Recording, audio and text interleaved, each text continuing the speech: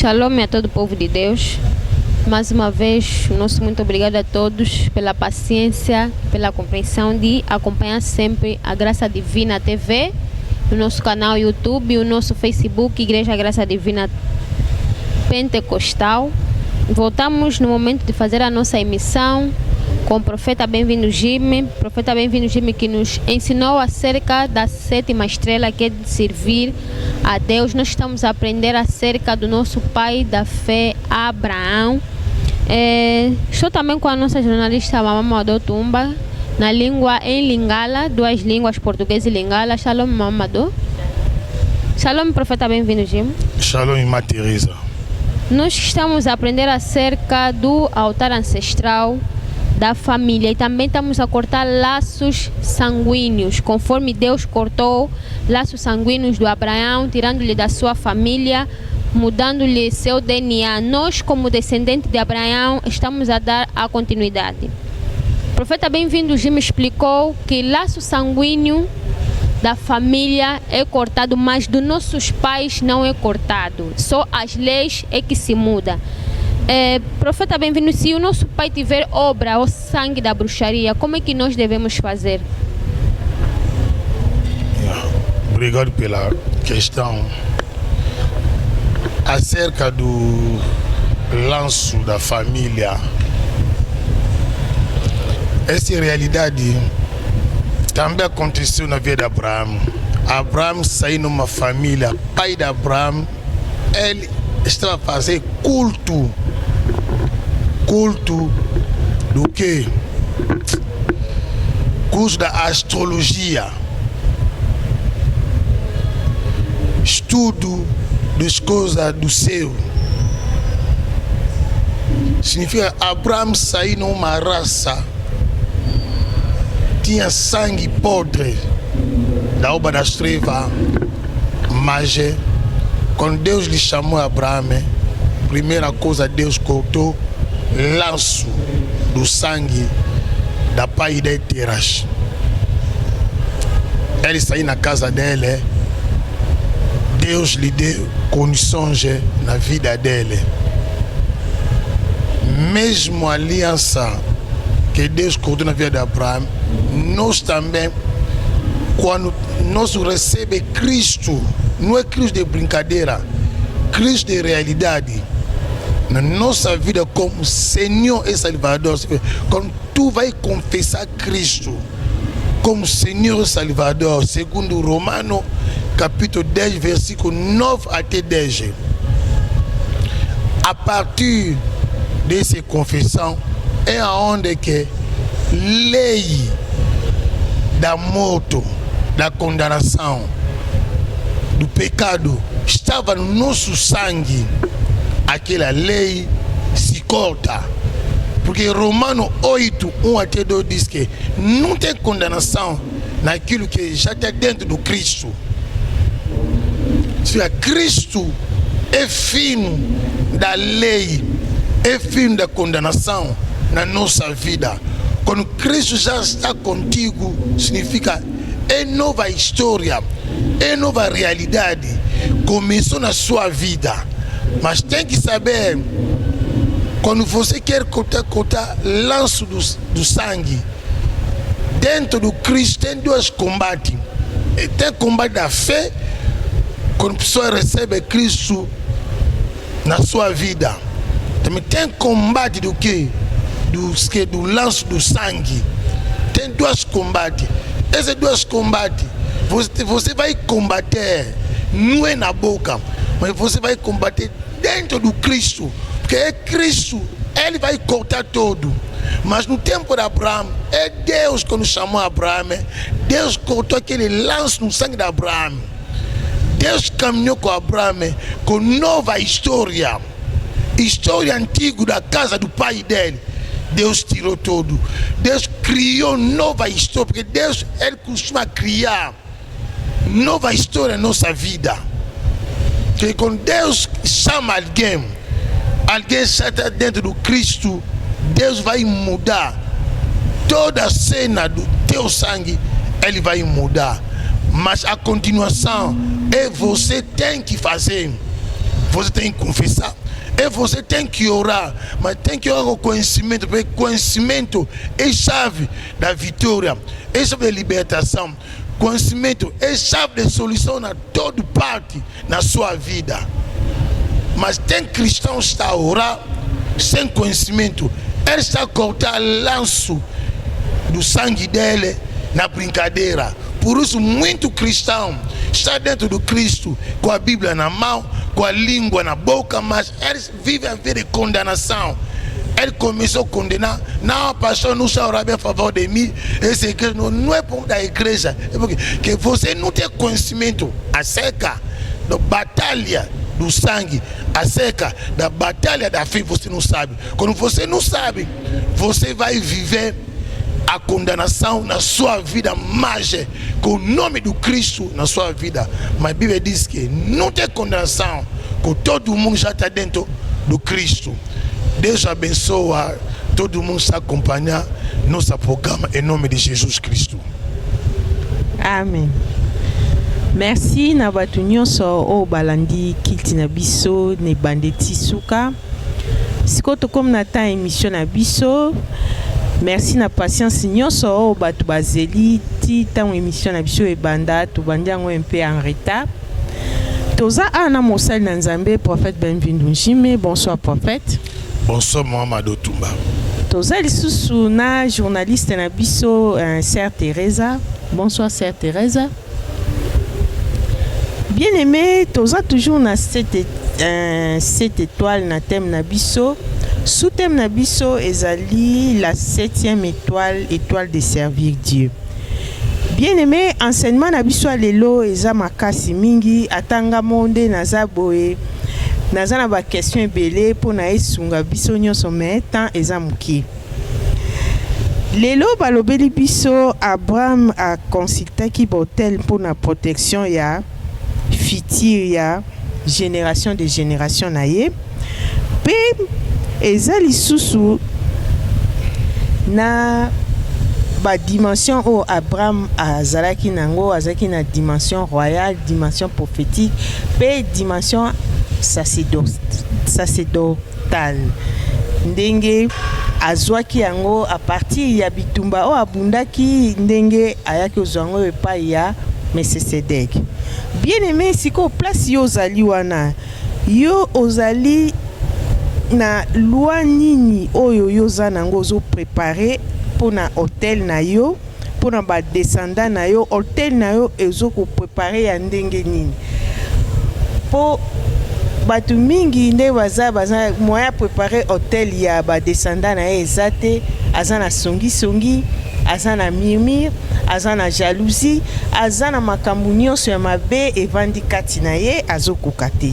Yango lokola tozana mosali na Nzambe liboso na biso a expliquer biso bien bo landa vraiment attentivement pour vous comprendre pour lelo matin na biso evandaki na Genèse 41 verset 1,41 verset 44 nde yango tokolobela lelo. Bonsoir pour une fois encore prophète Benvindu Njime. Bonsoir Mohamed Otumba. Prophète na nyonso o te biso lelo nyonso eza makasi. Moya omema émission moulaye ezate pour na to bandi un peu en retard. Ezaka na deux questions pour na otuna yo. Expliquer biso vie ya Abraham pe vie ya Joseph pour esalaki makambo Abraham azalaki nango Joseph pe akutanaki na mwa makambo wana pour te expliquer peuple de Dieu. Ça va, merci pour la question. Si explication il y a vie à Abraham et puis explication il y a vie à Joseph. Naïbi que ma histoire Abraham batei mingi batei ya yango puis bazote yango tilelo.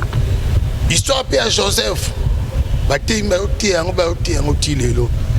Mais obiso te tozote ya tozolobela si ba hôtel ancestral puis tozolobela si monde ancestral parce que auto fungoli awawa eza na monde ancestral oyo bato ebele bakréti batia yango kate puis répéter pendant mes crédits au Katana. Nous avons détruit l'hôtel, mais nous avons détruit l'hôtel. Oui, puis l'hôtel, c'est le monde ancestral.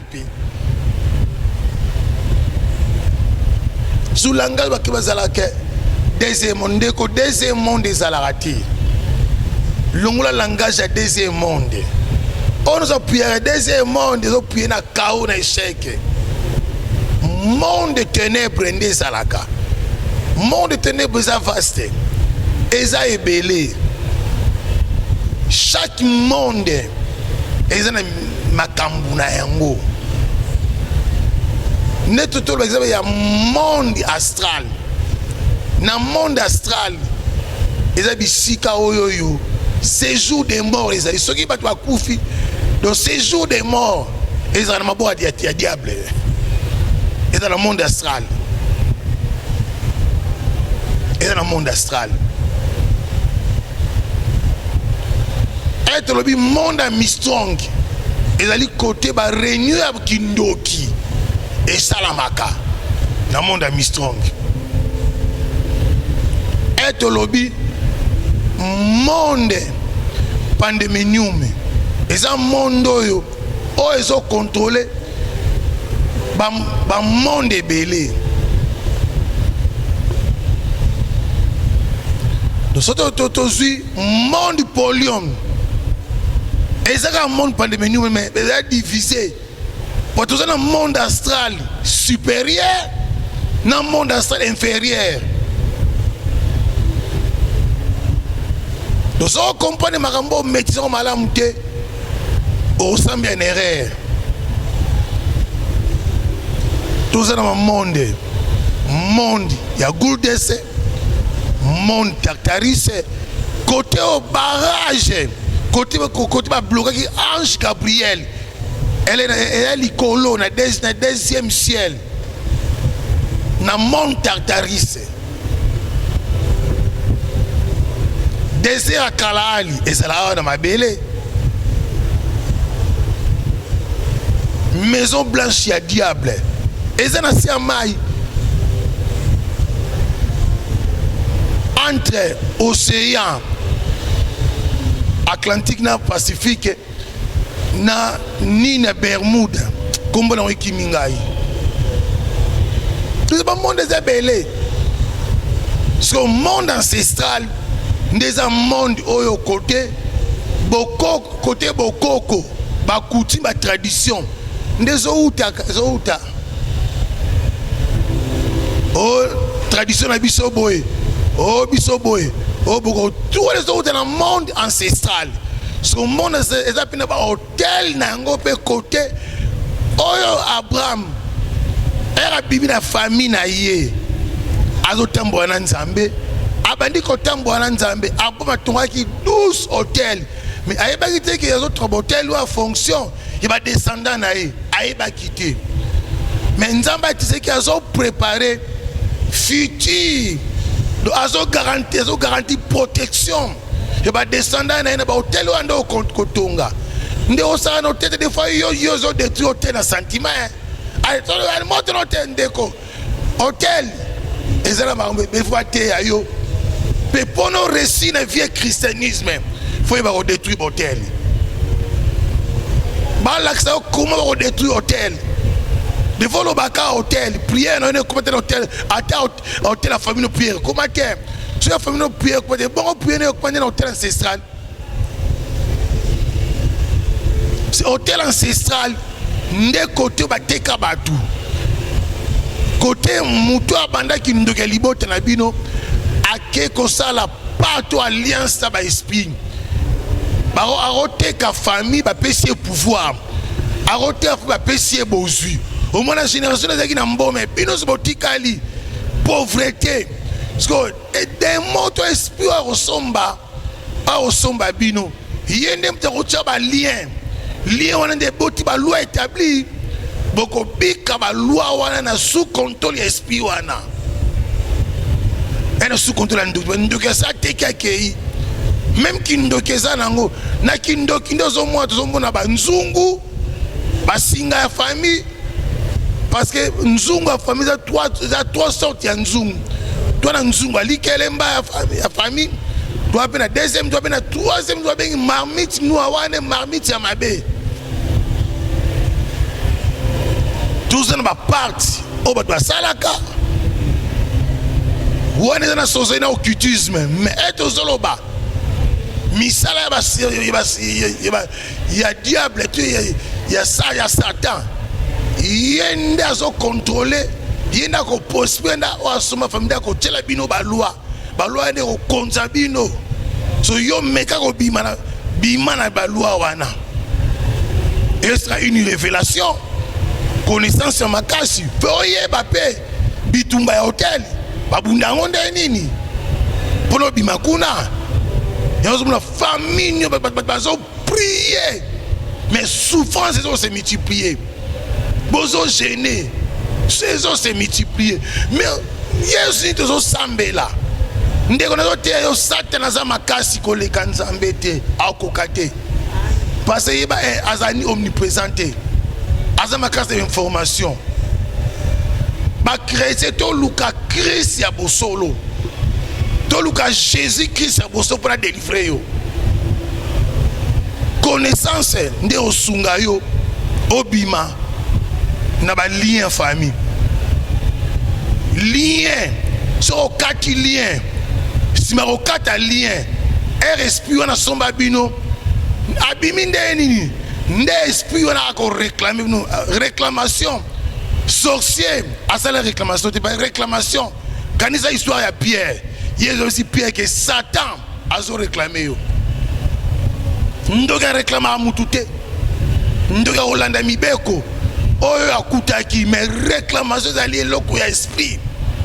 Il y a des mots, ange ba utali kona diable. La réclamation na vine ko ya soko kakile parce que mi asambela. Ay nazo de ko kata ndeko yo réclamation zo kata kudu liena no katite. Oza wana saba condamnation famille na yo. Oza na condamner. Comment yo comme na réclamation? Donc bazo prier na trouble na désordre. Ya ana grâce divine toza ko sunga monde entier. Basai na nzambe. Oza la connaissance et l'anda biso, oza connaissance, tolingi corps de Christ, tobika via victoire, tobika bolamu, nzamba sala mute pona mutanyo kwama. Ba église ndelelo, église mabumu, ba église à plaisir, mutalinga sala succès na ye, alinga ye bana, alemate komikaka, ay, tozokata ba lien. Non, totika avanti.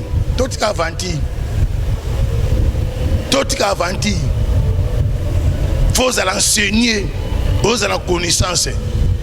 Mambonga na ote ngai moko na yebi yango, ngai moko na yo makambo. Nzamba meminga musoba de musika.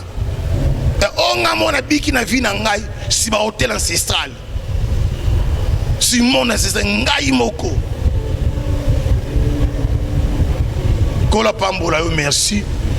Mamboze belé a koloba nasananu.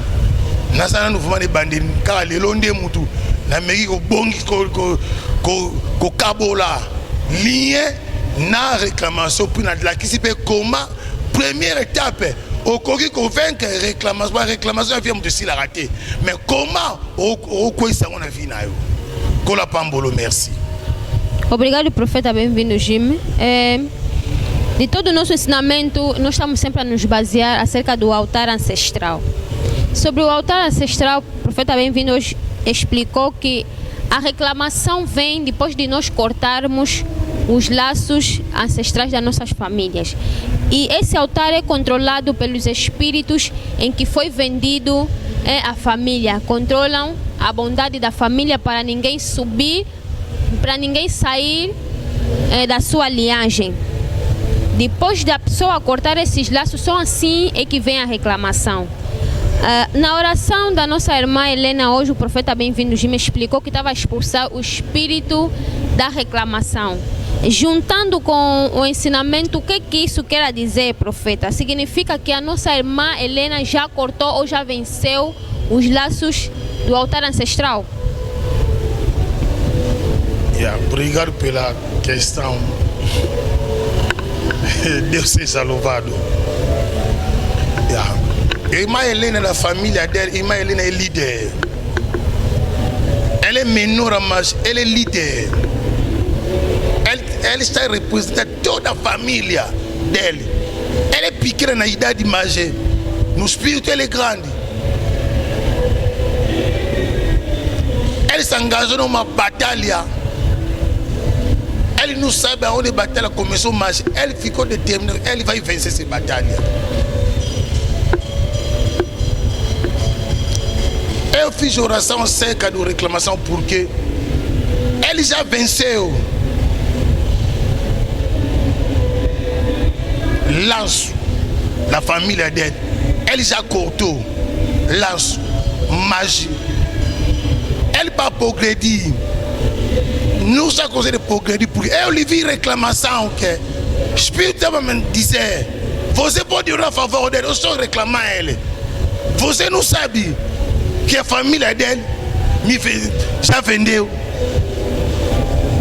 Eu sou o Espírito, eu não procuro família, é a família dele. Vem até comigo para me vender. Eu dei no pai dele sucesso, grandeza, tudo. Agora, quer mais que? Por isso eu ataco aquele espírito para largar a vida dele. Significa, ele ser numa família, a família já foi vendida. O pai dele vem. Com todas essas situações já estava. De cada geração ninguém vai viver a grandeza, mas ela já fez um parte, já venceu, mas reclamação está reclamando ele que ela não vai chegar onde ele quer ir, não vai chegar, preciso. Um homem de Deus que tem revelação para orar a favor dele, para cortar essa reclamação. Na maneira Cristo cortou a reclamação na vida do Pedro. Por isso, eu oro a favor dele. Reclamação vai vir quando você cortou laço da família. Porque quando você cortou o laço da família, aquele espírito vai assustar. Bah, ele saiu como? Família dele já me vendeu. Eu colocou a lei que ninguém vai casar, ninguém vai conseguir um trabalho para ganhar muito dinheiro. Mas ele, como ele conseguiu esse trabalho? Ele casou como? Ele vai te reclamar. A reclamação vai vir no altar ancestral, no mundo ancestral vai te reclamar. Que até essa reclamação, Bruce de tua família não sabe. Ele vai pode dar conta. Talvez no caminho do filho da família, que alguém saiu no filho, no caminho do da panela, mas o espírito vai reclamar. A partir daquela saída é aonde que batalha não vai diminuir, mas vai aumentar a batalha. Mas essa batalha, você vai ser vencedor, porque já fiz um parte que na sua família ninguém fez aquilo. Na maneira que você já avançou, aquele espírito vai te reclamar, mas nunca vai te vencer. Ele vai te reclamar, porque é direito dele pode reclamar, mas nunca vai te vencer. Que a vitória está contigo. Deus te abençoe. Merci, prophète Benvindoum. Na deuxième volet, au lobelaki biso loi ya multiplication pe ya progression. Na loi ya multiplication, oyebisi biso eza ba réalité ebele. Olobi na biso na réclamation eyaka na mutu soki akati lien. Eza ba pouvoir ancestral yango nde mutu ekomisaka komba makasi. Yango na ndenge nini réclamation ndenge nini réclamation eza guerre na mutu oyo akati lien. Ndenge ezokoma sous guerre yo kati ba lien, réclamation wana ekomi susu ko combattre mutu oyo akati yango soki epesi mwa complication place wana. Ça va, merci pour la question. Réclamation ezokoma guerre parce que réclamation ekoya après liso kati lien. Lien de bimisa ba loi établie.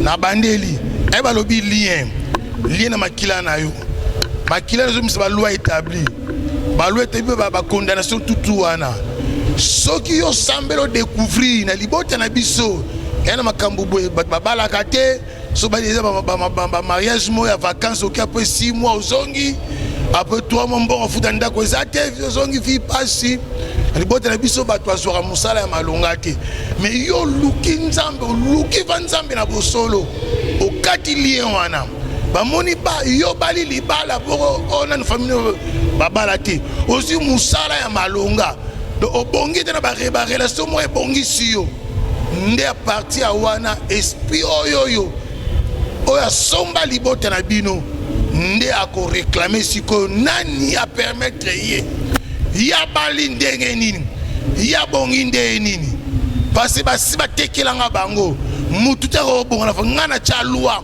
mutu ko bonga te ya bongi ndenge nini a parti ya ko bima na yo ko bonga na yo nde mutu bitumba ya réclamation ko banda donc bitumba réclamation e yaka so kati lien au brisé ba loi établie au quoi ici yango aucune étape mususu nde ba ko réclamer yo donc réclamation na lien il y a déjà que so bimaki na déjà na ba lien wana et au sali pasika au matin na vie nde ba réclamer vie na yo ozonga na se na ba esprit pe muta réclamer ezali ba esprit les esprits oyo asomba bino nde muta réclamer yo les age bandoki azana yendoki mazana pouvoir wana te ya otalaka na nzungu ozalaki te obimi autana singa famille olongwe mais azana pouvoir magaza réclamer bino zali esprit oyo o contrôler la famille na bino o asomba bino o asomba mariage na bino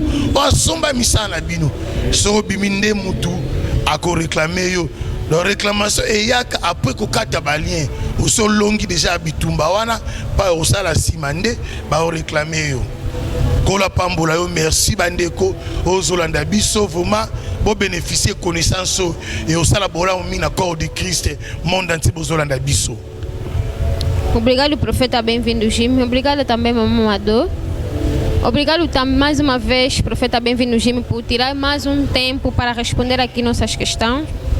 Obrigado também, irmã Teresa, pela todo o sacrifício que tu está sacrificando, não é fácil. Esse trabalho precisa muita paciência, mas todo trabalho tem salário no futuro. Deus te abençoe também sua família. Amém. Obrigado, profeta, bem-vindo Jimmy. Obrigado também a todos os irmãos que nos acompanharam fora do país e não só. As famílias que nos acompanham e apoiam também este ministério Graça Divina. Nosso muito obrigado. Obrigado também à nossa área da mídia que fazem acontecer aqui a nossa live. Obrigado à nossa irmã Teresa, ao nosso irmão David, o nosso irmão Patungolo e o nosso irmão Joel na nossa câmera principal do nosso canal YouTube Igreja Graça Divina TV. Acompanha também já o nosso canal, subscreva-se. Nós estamos a falar acerca da 7ª estrela. Começamos da primeira. Para melhor acompanhamento, subscreva-se no nosso canal e acompanha os nossos programas. O nosso ministério que se encontra aqui em Luanda, Angola, Golf 1, na rua direita do Avô Cumbi. Temos também o nosso culto semanal às quartas-feiras e às sextas-feiras. Nos encontraremos no nosso programa quarta-feira. Tchau. Merci na batu nyonso o balandi émission na biso to comme na suka ya émission na biso to pesi merci na staff na biso eza na sima. Merci na Frère Patungolo, merci na staff nyonso o ba accompagner biso na TikTok, na YouTube, na Instagram. Bien aimé, kiti na biso ya lelo émission na biso esuki awa. Siège na biso eza a en Angola, na Luanda, na rue 13, na Golf 1, numéro 295 bar A, na en face ya Areyo. Numéro Mosa na Nzambe ezali na numéro ya prophète Benvindo ezali plus 244 et mtoza libanda 922 07 86 76. Numéro esalaka 24/24.